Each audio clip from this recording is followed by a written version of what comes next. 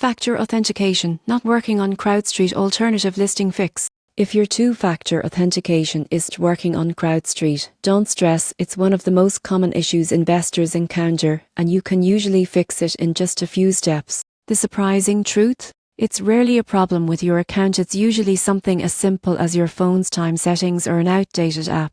Start by checking your phone's clock. Two-factor authentication codes are time-sensitive. If your phone's time isn't perfectly in sync with CrowdStreet servers, your codes won't match. Go into your phone settings, enable Set Time automatically, and restart your phone. If you use an authenticator app like Google Authenticator, open it, tap Time Correction for codes, and select Sync Now. If you're not getting text verification codes, your network could be the problem. Try turning airplane mode on and off or switching between Wi-Fi and mobile data. This resets your signal and often makes the code arrive instantly. Make sure your CrowdStreet app and your authenticator app are both updated. Old versions sometimes cause login errors or expired token messages. Updating usually fixes that immediately. If you've lost access to your authenticator app, switched phones, or deleted it accidentally, you'll need to reset your FA. On the CrowdStreet login page, choose Can't Access FA and follow the guided verification process.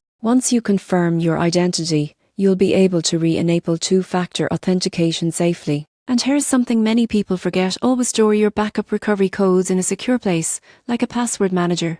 They let you regain access instantly if you ever lose your phone again. So if your two-factor authentication isn't working on CrowdStreet, don't panic. It's almost always a timing or sync issue. Follow these steps and you'll quickly restore access and continue managing your investment portfolio securely.